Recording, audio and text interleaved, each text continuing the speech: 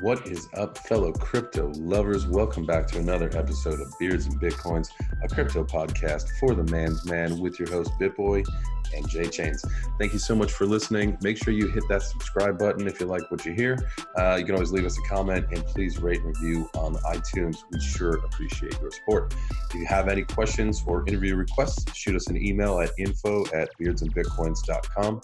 In today's episode, BitBoy and I are not joined by a guest. It's just two knuckleheads chatting about scams. I'm sure y'all seen the recent news on Binance. There have also been some huge things going on with scams in China and North Korea. So always remember, keep your crypto off the exchanges, do your own research, and for heaven's sake, don't send anyone any crypto with the expectation of getting more back. Anyhow, that's just now. But I hope you enjoy this episode. But first, here's a quick word from our show sponsor, Monarch Wallet. Monarch is building the future for those interested in one wallet that consolidates the best services and functionality into one simple and easy-to-use app. Monarch will empower users to control all aspects of their financial kingdom from the palm of their hand. You may have heard the phrase, not your keys, not your crypto. With Monarch, you own your keys and seed, meaning you own your crypto. With Monarch, you can store, receive, send, swap, buy, sell, and earn interest on your crypto, track your portfolio, the news, the market cap, and more today. We're constantly adding new services and updates too. Learn more today by visiting monarchtoken.io or download the wallet for free today from Apple or Google. Hey everybody, welcome back to Beards and Bitcoins. I am your co-host, BitBoy. This is your other co-host, J Chains. You guys remember, this is the crypto podcast for the man's man. How are you doing, Chains? I'm doing all right, man. I'm doing really well. It's been hot as blazes here in Texas, but most importantly, one of my younger sisters. I'm one of five children in my family, and my sister that's next below me in age, she just came to town. She came and went. They were here with her family for a couple of days. 4 boys, all under like the age 11. Maniacs, super awesome. I love them. It was great to have them in town to hang out. We did a lot of fun stuff, a lot of swimming. You got to find a lot of adventurous things to do when you've got young boys that are now their father's a police officer, so they've kind of got, they have a lot of fun. They were cliff diving. Yeah. We've got like these cliff dives. Like even the little guy who's like 6 years old was just jumping off the cliff. Like, and it was like a 15-foot drop. No fear. These boys have no fear. I didn't even do it. But then, what about you? That's crazy. As a father, I like my children to have fear. That's something I like. My oldest son's been playing football. So we started tackle football a couple weeks ago. He begged me to play. So, I let him play. I'm assistant coaching the team. I'm out there every afternoon, 6 to 8:30, out there yelling at kids. And that's adventurous. You like yelling at kids? I mean, I would probably enjoy that. Oh, it's so much fun. Especially on a football field. I think that'd be a special, because I played football, so I got yelled at. So it'd be nice to reciprocate and give back. Well, it's funny because, I coached soccer for a long time, and soccer, the parents want you to treat them like they're, just be nice to little Jimmy now. Don't yell at him. And then on the football field, the parents are like, yell at him as loud as you can. I'm like, okay, I can handle that. That's no problem. So that's easy. That's easy for me. So we got some exciting news for the podcast. So next week, we are heading to Podcast Movement, which we recently discovered is a podcasting conference that was actually at least co-founded by our friend Gary Leland. Didn't even know that till a couple months ago. We had actually already talked about going. And so we're going to be down there next week from Tuesday to Thursday. So you guys be on the lookout for some live podcasts, and we're going to upgrade the podcast. I mean, that's kind of the plan, right, Chains? Level up, man. Think of this like a video game. We're leveling up. Oh, we got to level up. We got to. So we're going to be trying to figure out some different things that we can do to improve the podcast, maybe upgrade some equipment and things like that. So whenever we get together and are able to, do a live podcast, that's always fun no matter what. So maybe we can try to get Gary on next week while we're down there. Absolutely. And the synergy is always well. I mean, when we're sitting in the same space, just chit-chatting, going back and forth, I mean, there's really nothing better. So I'm looking forward to it. We always have a good time hanging out together. So I just got one question. Well, I got 2 questions. The first question is, will the Bitcoin white paper proofreader show up? Ooh. And do you have your expansion pack for a little VR action? So listen, guys, Today, we're going to talk about something really cool. We're going to talk about scams here in a minute. Well, that sounds terrible, didn't it? Scams are not cool. No, but we're going to address something that needs to be addressed, and we're cool, so it's cool by default. I mean, it's cool. It's real cool. It's definitely going to be interesting. So we're going to get into that in a few seconds. But before we move over there, let's talk about our show sponsor, Monarch, the token and the wallet. All Monarch things. Everything Monarch. We, like you said, we love those guys. Monarch Wallet is your complete solution with regards to crypto. It's a crypto-driven ecosystem that gives you the power to control all aspects of your financial kingdom from the palm of your hand. The Monarch Wallet is the only app worldwide to offer the amount of utility, functionality, security, and capability in one place for you, the user, to easily manage all aspects of your digital asset and financial life. So if you need to learn more information or you just kind of want to go check it all out, visit monarchtoken.io today and learn all about it. And a quick shout out to Beatles. What's up, Beatles? What's up, Beatles? Yeah, I got to go hang with him a few weeks ago, which was kind of cool in San Francisco, him and his son, Lil Beatles. We had some corn dogs. He said it was the first time he'd eaten bread in 3 years. So, Beatles or young Little Beatles? Oh, Lil Beatles eat some bread. That was Big Beatles.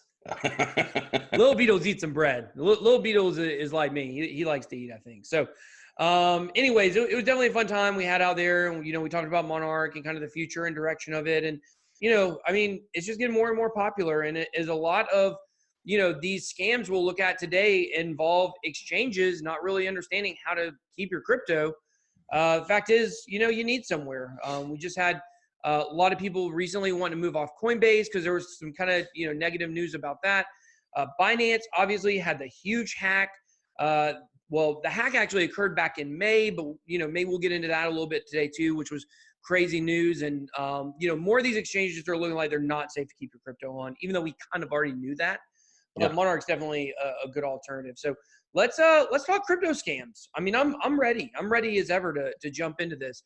But before we do, I'll send you a 5 ETH and you send me 25 back. Oh, that sounds like a great deal. Just zip me over your ETH address, and you got it, man. Perfect. As long as you send me 20 back, we're good to go. Oh yeah. Oh, you'll definitely get it. I mean, it might take a little bit of time for the confirmations to go through, but you'll get it. So, okay. Speaking of scams, so that one, I don't think that we really. I mean, I think everybody who fell for that, that's over. If you still send Ether in hopes for getting more Ether, I'm sorry, you're a moron. Well, it's not over though. I mean, it's here's the thing. This is why I thought this was such a good topic to talk about, is because the price of crypto is going up. Report on a story today on my news website I've got, bitboycrypto.com. You guys have got a lot of news stories, a lot of stuff about things we'll talk about today, and a lot of other things as well. But the fact is that with the price going up, I just did a story about how Bitcoin's at $12,000, and there are some indicators showing for the first time in a couple months that it's actually a good time to buy. So even though we're right at 12K, people are talking about buy, which is really crazy considering where we were 6 months ago. And all of that being said, as the price goes up, you're going to see more and more of this stuff. And the new ETH for ETH scam is like a give. Like it used to be somebody would post a tweet and then right under it would be someone impersonating a large crypto personality, which I still don't have any fake Twitter accounts out there. And that honestly makes me really angry. Can somebody get on that? A BitBoy scammer account, I would appreciate it, but just don't use it to scam people. But anyways, the point here is the new thing that people are doing is the same thing where they're posting right up underneath, but instead of posting, hey, this place is giving away 5 ETH, all you got to do is send them 1. They're like giveaway post, oh, this place is giving away, this much of something, you can win. All you got to do is send some crypto there. I've been seeing a lot of those lately. So the jumping on popular tweets is definitely a scam. Oh yeah, absolutely. And then it's followed up. You see the next post below that where it's like, thanks, Jenny. I've already received my 5. Come on. Come on. They all look the same, and it's sad. It's sad that people fall for that. But there's a reason why these scammers do the things that they do, because people have fallen for those things in the past. So. Well, and some of the things that we'll talk about in this episode about scams, like you said, with North Korea, where they've been stockpiling their scam money and doing stuff with it. So, but how about for the first one, we jump into, it was an article that I believe came out yesterday or even later this morning or something. I think it was just yesterday, actually. It was about the crypto YouTuber, Ben Perrin, where he was approached for one of those scams. And in turn, because he's in this space, he knows what's up. He actually scammed the scammer. Yeah. I love that. It's good. So yeah, I definitely know Ben. If you guys saw my Full House parody video I did last year at Litecoin Summit, he was in that. He is from the channel BT Sessions. He's a good friend. He's actually been on my channel before. We did a live stream with him and Crypto Blood, and the fourth person is slipping my mind. But yeah, he's a good dude. And it was very interesting to see how this kind of thing kind of unfolded, because the first thing he did is, we're in a Telegram group together, is he put like the transcripts in there, and he made the video or whatever, and then it just went viral. And he's been on Gizmodo, he's been on the local news up in Canada, he's been doing several interviews. This thing absolutely blew up. Now, here's the key to the story that you have to know, is that, and it may be in the article you read, is he scammed the scammer, got the scammer to send him, I think it was $50 or $100, and then he donated that to charity. I think that's incredible. Yeah. Yeah. It was, what was the charity? I know that I saw it in the article. Yeah, I never saw which one it was. Bitcoin Venezuela. Crypto Educational Fund. That's all I know. No, it was Bitcoin Venezuela. So it's to get people from off the boulevard onto Bitcoin. That's right. Or crypto of their choice, I suppose. But it's hard to get off the bolivar when you're sitting on it, because you can make a chair out of it. It's so worthless. Really worthless. Bolivar, it's hyperinflated like a million times. I think they said if you had $1 million worth of bolivar last year, that this year it's worth like $30. Oof. Like, it's crazy. It's insane. It's that crazy. I don't know the exact numbers, but whatever it is, when you see the real number, your jaw drops. Like, it's really crazy what's going on in Venezuela.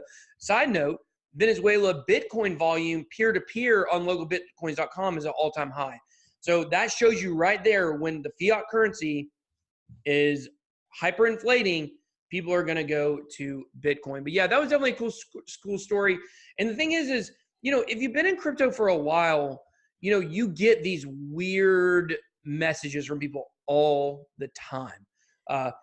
Hey, the weird thing is, though, a lot of them, they seem like some of these scammers have gotten a little smarter, so that the way they actually lead into those conversations are like, hey, I'm interested in investing in cryptocurrency. Can you help me?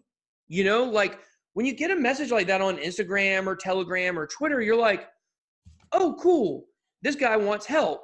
But the question would be, number one, like, and this is not even if you're an influencer, this is any person on Twitter, if they know you're in crypto, why would a person be sending you that message?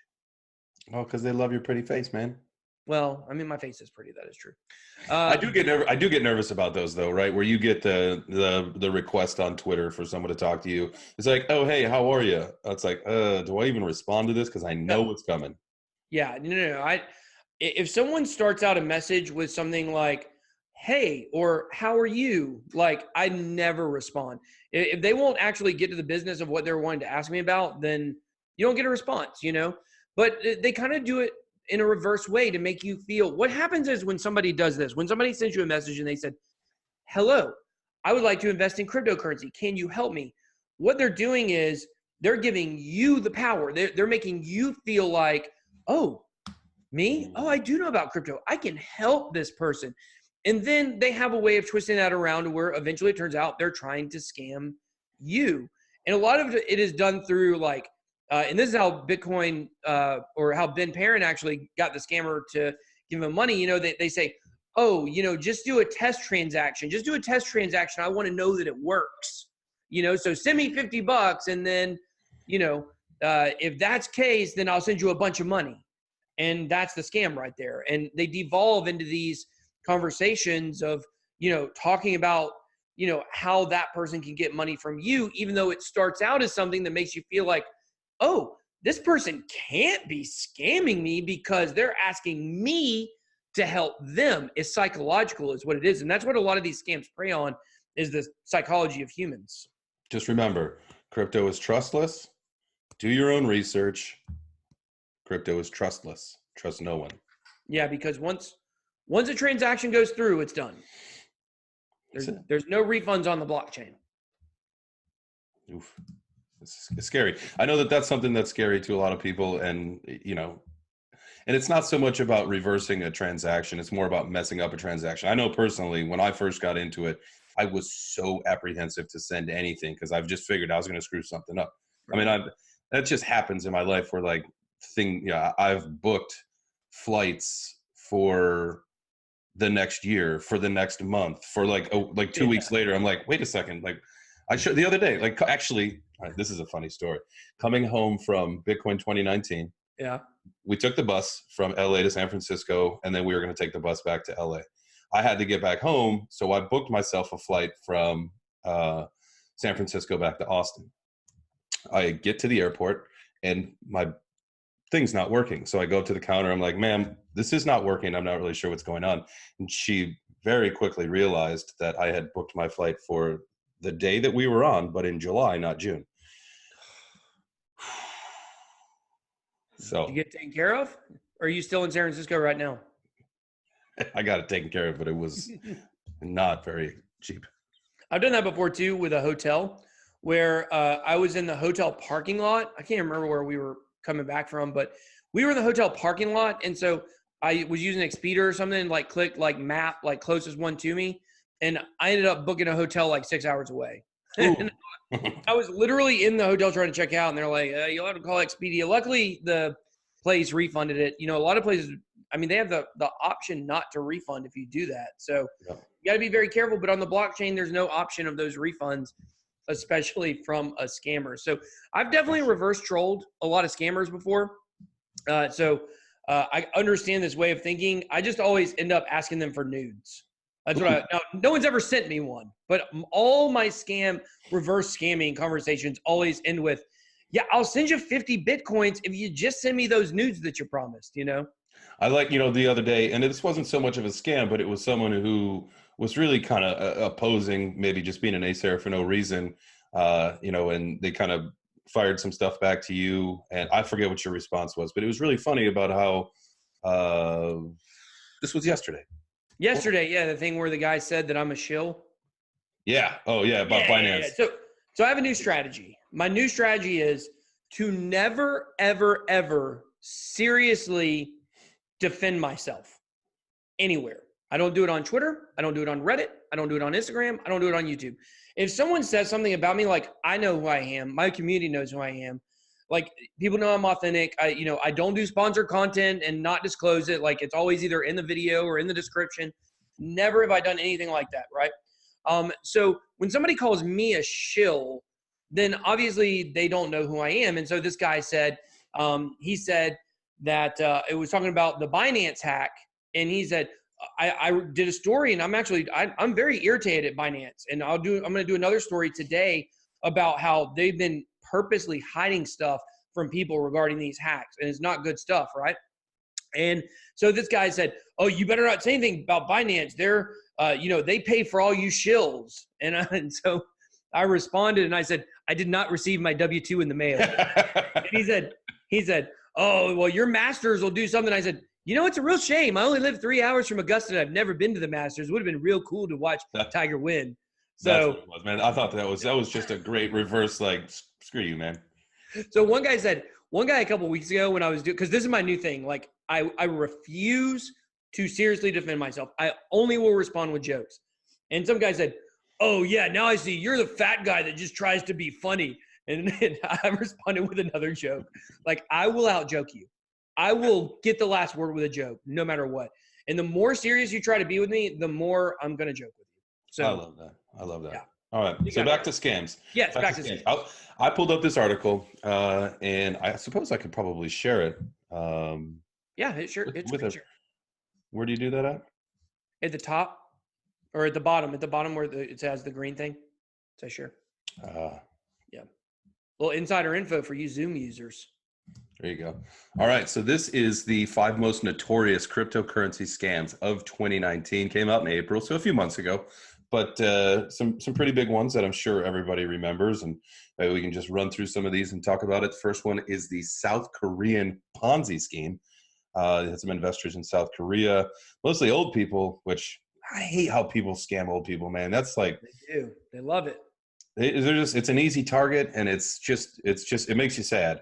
But they scammed them out of over $18.5 million, with the promise of, these great returns. I guess 56,000 people were scammed, and the algorithms, they found them. So here's the thing about Ponzi schemes, which a lot of scams in crypto, they surround two things. When we talk about a crypto project or a crypto website being a scam, there's really only two areas that have really been hit hard by scams. One is Ponzi schemes, right? Mhm. Anything that guarantees returns is a scheme. It's a scam. Nothing can guarantee you returns. The other thing that, of course, there's a lot of scams around are ICOs. Now, the important thing is there are projects out there that you can get dividends on. If you like IOST, for instance, you can stake it and you can earn money on owning the token. But the difference between that and a Ponzi scheme is with IOST, you own all your IOST. With a Ponzi scheme, basically what a company is doing is they are taking your funds out of your wallet. They're removing your crypto. And basically what they're saying is, we will invest this. And when we invest this, we will pay you returns on top of that. And what happens is they end up borrowing from the next person to pay the last person. And eventually that pyramid is always going to pop. So any place that guarantees you returns on your crypto, not dividends, it's almost always a scam. So, question for you then. Yes. And maybe we can engage into some dialogue here. What's the difference between that and a bank account? Because a bank takes your money, they invest your money, and they give you interest. Nothing. It's the world's biggest Ponzi scheme. There we go. That's what I want you guys to think about this. Literally, I can guarantee you this is true. I can't promise this about your hometown local bank that's not a branch. But if every single Wells Fargo customer, every single one, the same day, go to your bank and say, I would like to withdraw all of my funds in cash, the bank could not do it. Your bank does not have enough money in it to give you and every other customer all of your money. Didn't Kevin Pham tried to get something like that going, right? Maybe. I'm not sure. He's Bitcoin SV. We don't talk about him anymore. No, this was, I think, like a year or two ago. This was before he had got a. I'm kind of kidding, but also serious. Nope. Yeah. Serious. So I'm not sure if he tried that or not, but Andreas Antonopoulos talks about it in one of his speeches or one of his talks in the Internet of Money, which is the bank is taking your money out of your account. They're using that money to give other people loans, and they're earning interest on those loans that's actually your money. And that's the way that banks work. That's why it's the world's biggest Ponzi scheme. And eventually it's all going to pop. So it's just a matter of time. And, we're in the process of getting there now with cryptocurrency. I don't think it will be, I think a lot of people think that the banking system and the financial world is untouchable, but it's not, in my opinion. So, yeah, I think we're going to see some major changes. I did pull up this article. So former Wells Fargo teller starts movement against X company's fraud. Oh, I didn't know. He worked for them. Wow. He was a bank teller. Did not know that. Nerd. Interesting. Very interesting. You taught me something, James. I love it. Man, we learn something new every day. All right. Let's see. ICO fraud in Canada. That doesn't sound so exciting. $51 million stolen in Taiwan. That's a lot of money. Yeah, definitely. That's one of the larger schemes for sure. There's a $114 million one down the page. Ooh. But, a lot of these have the same thing in common. I mean, I told you guys most of the scams will involve Ponzi schemes or ICOs. And that is basically every one on that list, Yeah. $114 million stolen in Bulgaria, and you just got to be smart with what you're doing with your money. And, crypto is the kind of opportunity that as one YouTuber recently put it, is a once in a species lifetime or opportunity, not once in a lifetime, but once in a species opportunity for wealth redistribution, where you can go from, having nothing to having everything in a short amount of time. But by short amount of time, we mean, a few years, 10 years, maybe even, which is way more than the stock world can promise you. But, people that want to make $1 million off of $100 in 3 months, it's not really possible. That's not a real thing that you can do. So when people are promising returns like that, it's not going to happen. No, I mean, if you were lucky enough to catch, the major bull run of 2017, I feel like that was the chance. Now everybody is so darn scared of losing more money. I mean, I posted something the other day on Twitter about this. I mean, you're never going to 1000x on anything if you sell for 5% gains because you're too afraid and you got to take profits, right? Yeah. And I think everybody's been toasted so hard that I don't think we're going to see parabolic runs like that at least to the capacity as it was. I mean, obviously some things will run. You'll get some gains. Some people might see some 5, 10x's. I personally don't see the 10,000x anymore. And that is why people like 5% gains. Like your exact reasoning for that, like your exact thought process right there is why people are scared and they want to take the money after the 5% gains. Some of us are much more reckless than that. So I disagree with you. I think we will see that again. I don't think it will be as many. I don't think projects 6 through 700 on CoinMarketCap will all be 10xing like we saw before. But I definitely believe that there still will be projects in the top 100 that can easily 10x or more. There's projects out there that I believe will still 100x. It's just you got to do more research and find the right one. So, we've already seen something like Phantom is one. A smart city crypto has done very well this year. Chainlink has done very well this year. So there's still a lot of potential out there. But the days of being able to create a ICO scam coin and get that thing to 300x probably are over. But I still think that we're kind of in this place where the Bitcoin maximalism is taking over and Bitcoin dominance is rising, but that is going to hit a ceiling at some point. We don't know what the ceiling will be. It might be 90%. I think it will. I would have thought it was 70%, but we're getting very close to 70%. Could get up to 80%. I don't see that happening. But somewhere in between 70 and 80, I think we will find that ceiling, and then it will drop. So it probably will not be – it's looking more and more like it won't be till Bitcoin hits all-time highs, which could be within a month at this rate. So could be. Not saying it will, but it could be. It could be. 68.8% currently right now is the Bitcoin dominance. Yeah. So. And that thing has been ripping. Every time I check it, it's up. So I did a news video where I wrote an article and then 2 hours later I checked it and it was up almost 0.5%. So wow. Yeah, it's crazy how much that thing is riding. But yeah, so let's talk about when it comes to scams, one thing is obviously hacking, right? Hackers, a lot of these people that are scamming you, they're actually hackers. They're not just some rando that's like, hey, I'm just going to try this message. They're actually involved in sophisticated schemes and they know what they're doing.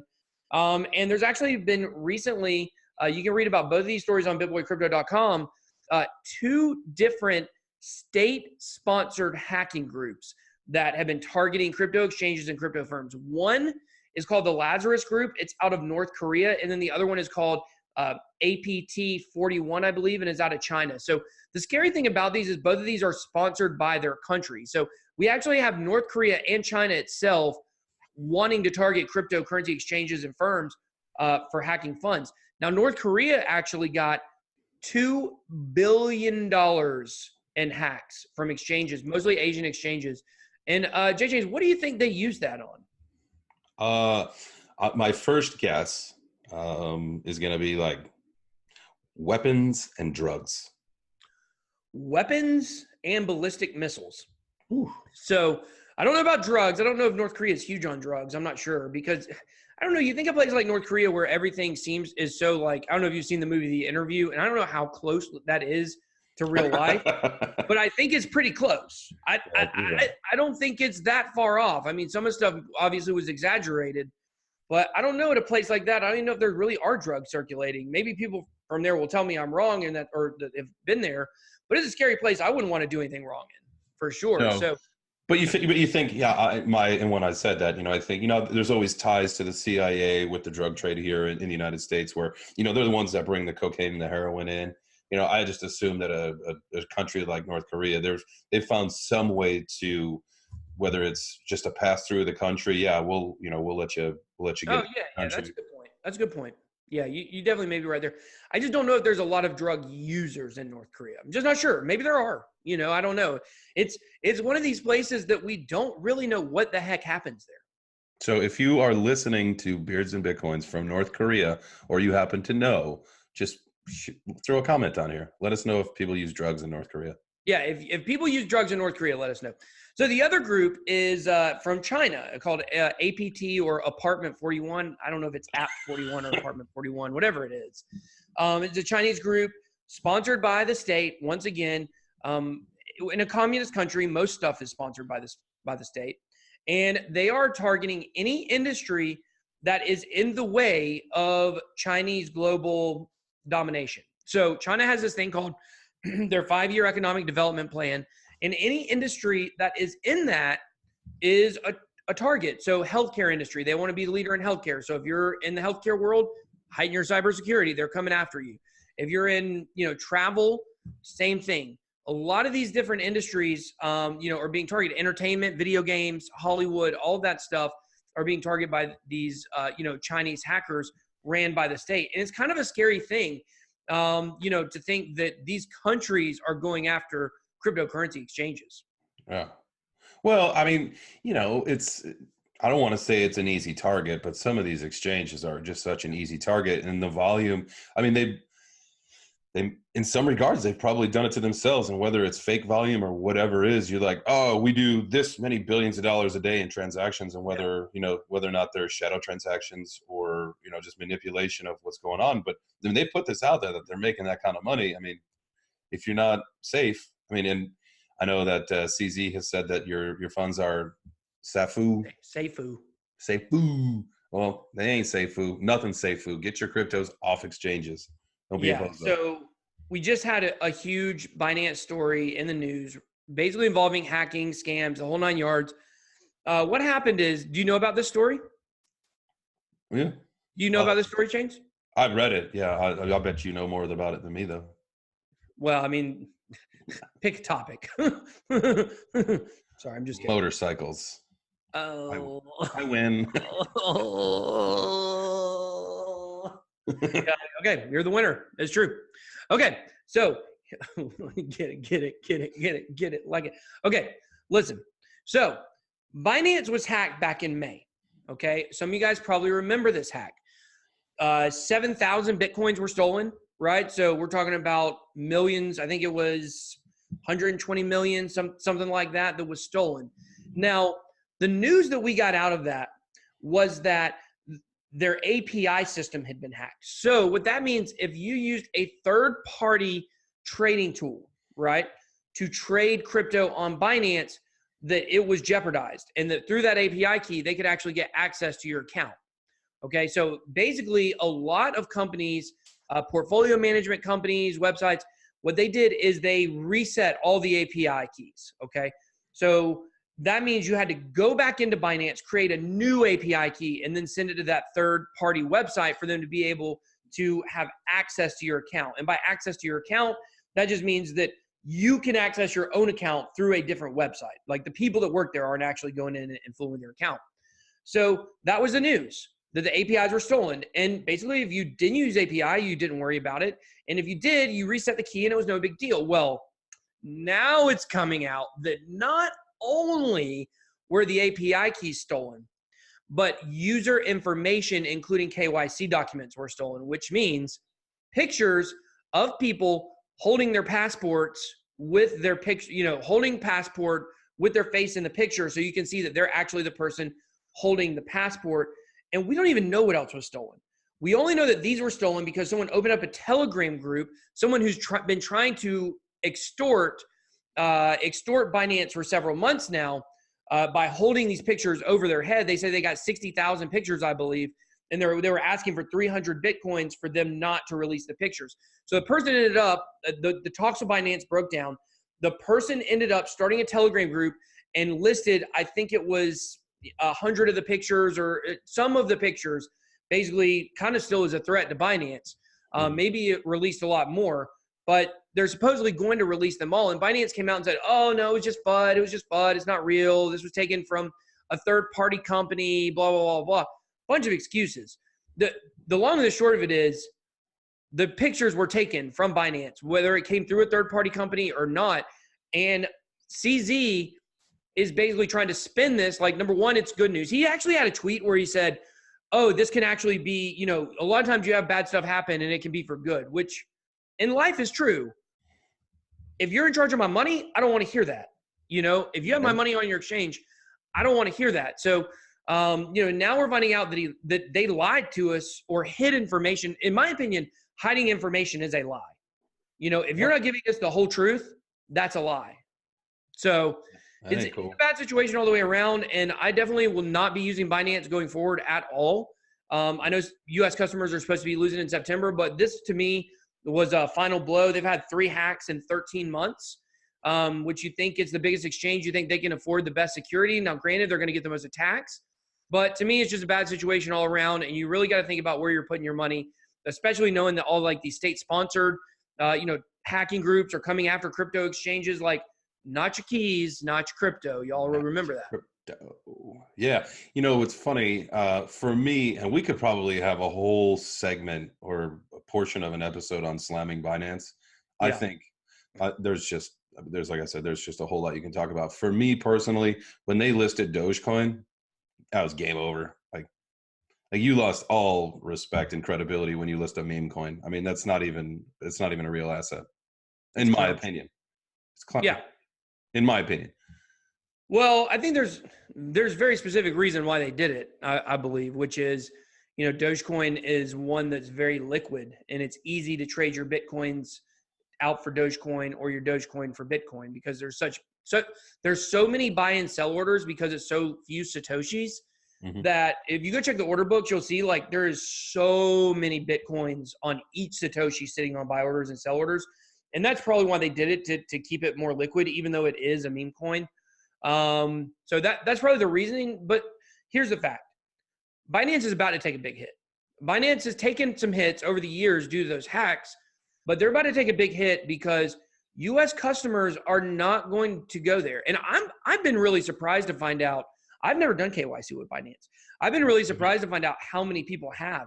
A good friend of mine who actually the co-creator of BitBoy, the character, he actually told me that he had done KYC with Binance because he had a customer support issue and they required him to do the KYC to answer his issue. So he got handcuffed into doing it. And if you did KYC there, you can, if you did not do KYC, you can keep using Binance. If you did KYC, you have to move off by September. And because of that, I think we're going to see a massive influx of people to exchanges that are, you know, American compliant, such as Kraken, such as maybe Crow's Nest Exchange, such as Coinbase. Coinbase is adding more tokens as well. Coinbase is really trying to get up there with Binance in terms of what they can offer. Now, you know, Coinbase sucks for a lot of different reasons, but one of the main reasons they sucked for so long was just because they didn't have very many coins. That's why everybody moved to Binance. But they're trying to get all of the major coins from Binance on Coinbase now, so you won't have you can put your money in Coinbase as an on-ramp, and you never have to leave it. You never have to leave Coinbase, and that's all more so the tax man can track you. So the tax man, because all those people got letters. You know, I'm finding that, like you said, there are some better exchanges that, you know, they're good for the U.S. customers. You know, I think, you know, we know some guys that are doing Beaksy. That's how you say it, right? Beaksy? Yep. Yeah. Yeah, Beaksy. Beaksy. Beaksy. I've not heard, and I just, maybe I'm missing it, but I haven't heard a whole lot from Crow about Crow's Nest in a while. I know that they were one of the sponsors on the BitBus, but supposed to launch in July. Did it actually launch? I'm not 100% sure. I'm actually going to be doing a video soon, or a series of videos where I'm going to be looking at different exchange options for Americans. So that's definitely going to be something I'm going to be doing soon. Crow's Nest X, right? That's what it's called, right? Crow's Nest X. Yeah. It's not secure. Yeah. I'm going to X that out right now. Oh, I'll go there. I'm not scared. Crow, you gotta pay for that privacy. Got to pay for that privacy. You got to pay for it. So yeah, so it looks like it's up. I don't think it's necessarily running yet. Launching in April, live 2 weeks later. Yeah, I don't think it's open yet. I'll be honest with you guys. I don't think it's open yet. It's got a really cool, user interface and stuff like that. If you do want to check it out when it opens, but like I said, unfortunately, it's not out yet, not open yet. But I'm going to be doing a look at American exchanges here very soon because it's a very real thing that people need to be looking at. I think people have been kind of forgetting that the talk is clicking. No, the clock is ticking. The clock is ticking, and September is going to be here before you know it. You're not going to be able to trade on Binance anymore. And if there have been other stories out this week. You can also read about on BitBoyCrypto.com. I've written so many stories this week about the UK. Is actually their tax service, the equivalent of the HRS, the something customs tax something. They've sent letters over the last week to Coinbase, CEX.io, and also to eToro, asking them for all of their customers' transaction logs. Now, none of those three exchanges have, to my knowledge, given them or even made comments about the letters yet. They're probably still trying to figure out what to do. But the days, the one thing is, right, we all want mainstream adoption. Everybody wants crypto everywhere. Everybody wants Bitcoin in the mainstream. But at the same time, along comes the attention. So, the days of being able to get away with hiding your crypto funds, unless you've already orchestrated in a way that they cannot be traced, are over, in my opinion. Apollo. Whoa, Apollo. Well, but still, where you can buy it on Bitmart, right? Bitmart is the exchange where you can buy Apollo at. And if you think about it, how are people getting crypto to Apollo? How are they getting it to Bitmart? You got a KYC to get on Bitmart, so that's what they. But with Apollo, they're actually going to launch their own DEX, and they've got the ATM. So you could go to a place, drop in a 20, get some Apollo, and then put it to your Apollo wallet and keep it all private. But a lot of those ATMs are requiring KYC now. Most of them. I've actually not even seen one that does not require KYC. Oof. Yeah, that's what I'm saying. Like the noose is tightening. I don't try to hide my crypto, so it's not something I really worry about a lot. I know a lot of people do, and that noose is getting tighter and tighter. Let me tell you something else very interesting, Jay Chain, about this, which is the tax authority in the UK that's going after those three exchanges, not going after them, but asking them to comply. They're only wanting transaction logs for the last 2 to 3 years, okay? That means that if you bought Bitcoin back in 2011 and you made millions of dollars, then they're not trying to come after that money. And I would make the argument that I don't believe that the IRS or the UK watchdog or any other country in the world, the UK tax service, I don't think they're very concerned about the money that they've lost already. They just want to get on top of what they're going to make going forward. That's exactly what I think they're doing. I think they're trying to establish a baseline of who owns what. Which people have invested in cryptocurrency. That way, if Bitcoin goes up to $300,000, like a lot of people think it's going to do over the next 2 years, that now they know the people to go after. And I think that's more what this is about, because while they may have missed out on $100 million, $200 million, whatever it might be, that is a drop in the bucket to what they may be missing out on in the very near future. Yeah, that makes sense. Makes sense. They're just getting themselves ready. Yeah.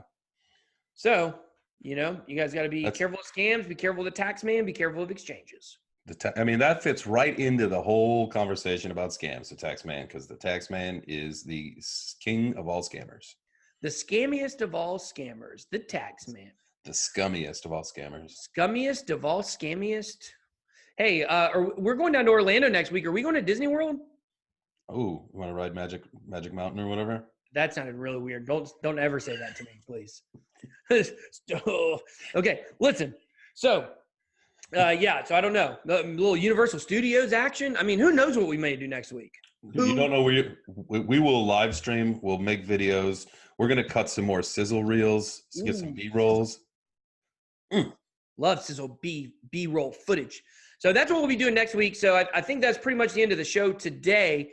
But if you guys want to join us next week, come on back. We'll do a live stream. We'll do the whole 9 yards. Be on the lookout for some changes coming to the podcast pretty soon. We don't know what they're going to be yet, but we know there's going to be changes. I hope I don't have to change out a co-host. Did I hit you hard? No. Okay. One thing that I can promise that will not be changing on Beards and Bitcoins ever is BitBoy and J-Chains. That's it. That's right. If anything, we would add somebody, but we would never remove anyone. We could add, I don't know, Roxette. Could add Roxette. I don't know if y'all know. A bearded lady. Oh, yeah, bearded lady. I love bearded ladies. So that's what we need. We need like you remember Home Improvement? How what was the name? Was the name of the show? Yeah. It was the name of the show was Home Improvement. The name of the show on the show was Tool Time. Tool Time, right. So Tool Time had Pamela Anderson. I think they had Carmen Electra at some point. They had a beautiful co-host that would basically come out and show the tools and, stuff like that. I think that's the one missing piece to Beards and Bitcoins is a non-bearded lady to kind of, introduce us, to come in and like, oh, here's BitBoy and here's J-Chains. That's what we need on video, not just a voice. Yeah, maybe that's one of our little surprises. Who knows? Who knows? Maybe at the podcast movement, we're going to be on the lookout. So if you think that you're talented enough to be our co-host, come to Orlando next week, and let's see if we can get you on the show. You got to fill out an application. There will be interviews. No casting couch. Okay. All right, guys. Well, thank you so much for joining the show today. Be on the lookout next week for our podcast coming from the Podcast Movement Conference. That's all we got. Hope you guys enjoyed our talk about crypto scams, hacking, exchanges, everything you need to know to keep your crypto safe. Remember, on the blockchain, there's no refunds. So you have to be your own bank, and that comes with the responsibility of taking care of your money. You can't put your funds on a crypto exchange and just cross your fingers that it doesn't get hacked. Also, be careful on social media. People will try to send you messages to make you feel empowered, like they're asking you for help, and in reality, it is just a way for them to scam you. So make sure you guys are being careful out there. Make sure you guys follow us next week for our live podcast coming from the Podcast Movement Conference in Orlando, Florida. Thank you so much to our show sponsor, monarchtoken.io is where you can find more information about the token and also about Monarch Wallet. Big shout out to them. We love Monarch so much. You guys need to check them out. Way out.